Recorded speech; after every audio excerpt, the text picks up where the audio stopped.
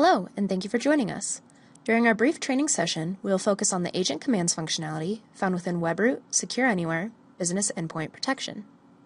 Our agenda will begin by defining agent commands, and we will then use a live management console to demonstrate the various agent commands available. We begin by navigating to the Group Management menu tab. The Agent Commands button can be found here in the top column on the right. It will be grayed out until one or more clients are selected. To apply agent commands, simply select an individual client, or, using the checkbox next to the hostname column, you can select all the clients in the group. From here, we'll navigate over to the agent commands themselves. By mousing over any of the individual command options, a secondary window pops up that will provide more information about what the individual command actually does. There are a number of command options available to the admin. These include more basic commands, such as adjusting the endpoint scan times, initiating a scan or a cleanup, and resetting the client to default settings.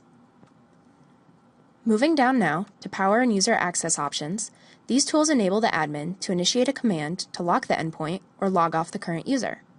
They can also be used to reboot and shut down the client. These are excellent tools in the event the endpoint has been lost or somehow compromised. Looking at anti-malware tools, these include the option to reset the desktop wallpaper, screensaver, system policies, as well as initiate a restore for a given file. As we move further down the list of options, the commands become more advanced. The Files and Processes menu allows the admin to re-verify all files and processes running on that machine, as well as consider all items as good.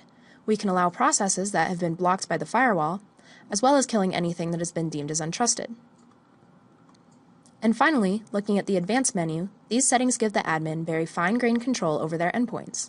We can run support scripts provided by Webroot Support in the event extra malware removal instructions are necessary.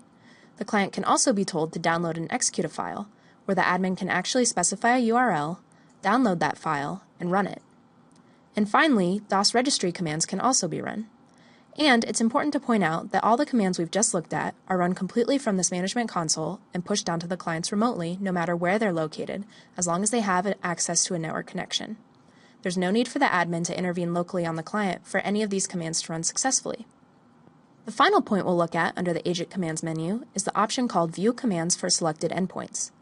By selecting one or many clients and then selecting this button, a secondary window pops up that shows a history of all the commands that have run on the given endpoint or endpoints.